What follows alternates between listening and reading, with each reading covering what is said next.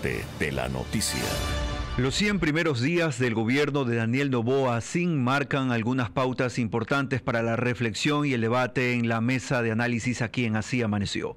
Uno de nuestros invitados en esta jornada es el economista Mauricio Pozo, exministro de Finanzas y también un analista muy prestigioso en el país. Economista Pozo, buenos días y bienvenido a Radio City.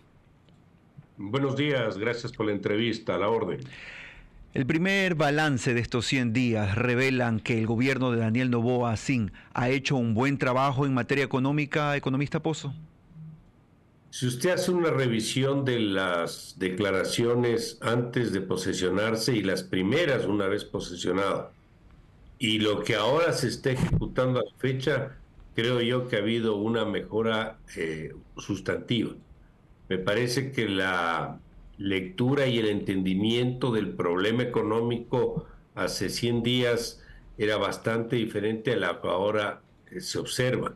Creo que han ido de menos a más, creo que han ido entendiendo con mayor claridad cuál es la profundidad del problema, algo que no se lo veía en un principio. Inclusive recordará, hicieron alguna visita a mercados internacionales antes de la posesión y la lectura de esos mismos banqueros o inversionistas no fue la mejor, y ahora el tema está en otro ámbito. Ya el presidente ha enviado un proyecto de ley que busca mejorar los ingresos, está hablando del tema de los subsidios de los derivados, está hablando de recorte de gastos, de eliminación de instituciones públicas, está buscando apoyo internacional en los multilaterales, y además la Asamblea también le ha ayudado en la contribución de recursos para el problema. Es decir, yo creo que la cosa ha ido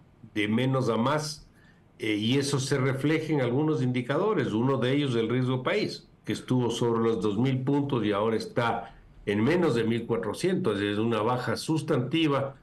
Habrá que ver cómo esto se lo mantiene, o no más que se lo mantiene, se lo va fortaleciendo en los siguientes meses. Esto no es una carrera de velocidad, sino de perseverancia, de persistencia, y hay que ver el gobierno cómo se va a mover en los siguientes meses. Los ecuatorianos siempre hemos estado atentos a el precio del barril del petróleo, porque como usted bien sabe es un punto fundamental dentro de cualquier presupuesto general del Estado, y en esta proforma el precio del petróleo está situado en 66,7. ¿Ve usted en el camino alguna posibilidad de que ese valor traiga alguna complicación, o más bien está siendo bastante modesto en función de las proyecciones registradas hasta ahora? Lo correcto técnicamente en materia presupuestaria es que usted fije un precio del petróleo más cercano hacia el costo de producción que hacia el precio de mercado. Lamentablemente las condiciones fiscales no dan para eso, y estamos poniendo un precio que está medianamente cercano, pongámoslo así, a las estimaciones internacionales. Esto quiere decir que sí nos volvemos vulnerables a lo que puede acontecer con ese precio, pero tal como están las cosas, probablemente se lo mantenga. En el pasado, recordará, los excedentes entraban en una cuenta de ahorro. Eso ahora no puede ingresar todavía porque hay al mismo tiempo y de manera paralela un limitante, que es que se podrá ahorrar en la medida que la relación deuda-PIB llega al 40%. Y esta relación está bastante por encima de ese valor. Por lo tanto, si el precio del petróleo está por encima del valor presupuestado, eso lo que va a pasar es que van a usar para los ingresos del presupuesto y cubrir las distintas obligaciones. El precio, dependiendo del nivel del precio, se determina cuán grande es o no el aporte, pero por darle un número, alrededor de 60 millones de dólares le da cada punto de variación en el precio del petróleo. Si sube 10 puntos, tiene 600 millones más. Es decir, esa es un poco la relación para que se entienda la importancia. Y el gran problema de esto es que cuando sube el precio del petróleo, también sube el precio del derivado y de la importación.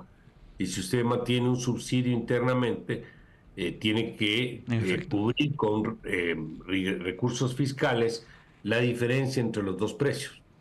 Son exactamente las 8 de la mañana con 12 minutos. Tenemos al economista Mauricio Pozo.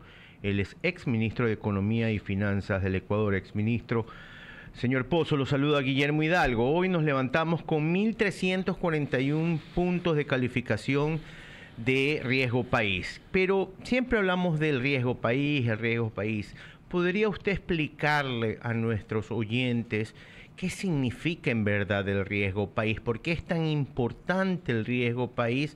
¿Y por qué un país tiene que buscar bajarlo y no subirlo como pasó en el gobierno anterior? Claro que sí, es una pregunta importante. El riesgo país es un indicador de cómo nos ven, cómo nos observan los mercados internacionales, los inversionistas, los bancos, las calificadoras de riesgo, etcétera, y los propios organismos internacionales. ¿Qué significa esto? Que si el riesgo país es de 1.300 puntos, por ponerlo como ejemplo, un inversionista va a exigir para invertir en el Ecuador, 1.300 puntos significa 13 puntos porcentuales. Es decir, le va a exigir que le paguen por su inversión en el Ecuador 13%, más lo que le pagaría una inversión segura afuera, en el exterior, asumamos que le pague el 5%. Por lo tanto, le va a exigir 18% para traer su plata acá, que es una tasa alta. Por lo tanto, mientras más baje el riesgo país, menos exigente se vuelve el inversionista para poder poner plata en el Ecuador y más atractivos del Ecuador para poder recibir esos recursos. ¿A dónde deberíamos apuntar, disculpe, economista? ¿A qué número debería Ecuador apuntar, siendo realista, hoy en día?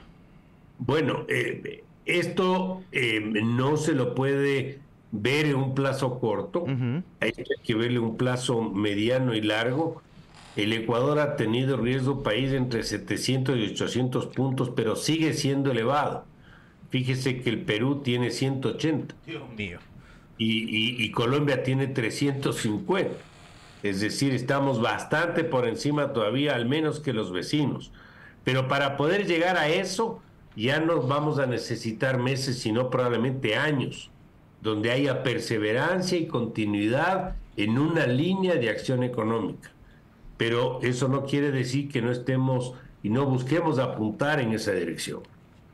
Mauricio, buenos días. Vicente Andrés Tallano lo saluda. El presidente del Consejo Directivo del IES, Eduardo Peña, anunciaba la semana pasada el planteo de incrementar la tasa de aportación del 20.6 al 30 de manera progresiva.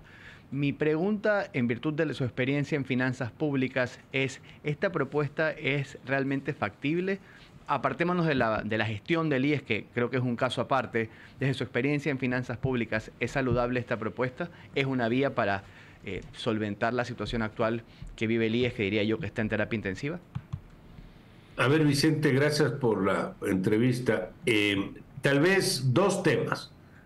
El seguro social, a diferencia de la gran mayoría de instituciones de seguridad social, maneja dos responsabilidades, pongámoslo así: las prestaciones de jubilación y las prestaciones de salud. En la mayoría de los países está solamente en el ámbito de las pensiones, de la jubilación, no en el ámbito de la salud. Y los dos temas, en el caso del Ecuador, tienen problemas.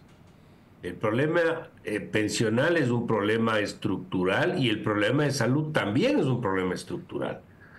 Lo que se hizo en el gobierno anterior, con una comisión de técnicos para que haga unas sugerencias, me parece que involucra algunos insumos importantes que hay que revisar y que tienen que considerarse en la reforma que se quiera promover. Ahí está la edad de jubilación, está el número de años de referencia para calcular el monto de la jubilación, está algunos conceptos como también el tema del aporte. Entonces no creo que haya cómo dar una respuesta a su pregunta de manera individual. Depende de todo el resto de reformas que tengan que hacerse, que yo creo que son bastante más que pensar pasar del 20 al 30 o a lo que sea. Yo creo que es bastante más.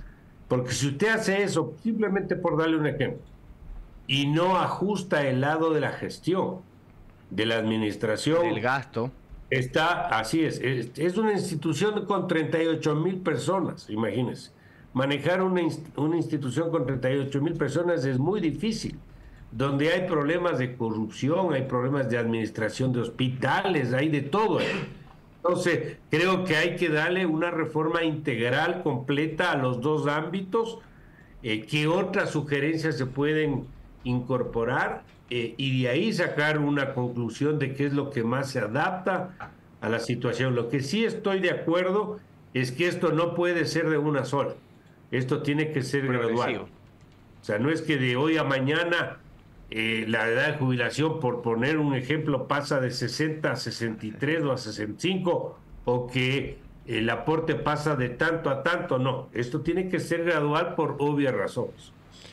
Queremos agradecer la participación del economista Mauricio Pozo, exministro de Estado, analizando aquí los 100 primeros días del gobierno de Daniel Noboa Sin en el manejo económico y algunos desafíos que tiene por delante. Gracias al economista Pozo, son exactamente las 8 de la mañana y 18 minutos en este día lunes, el primer lunes de marzo.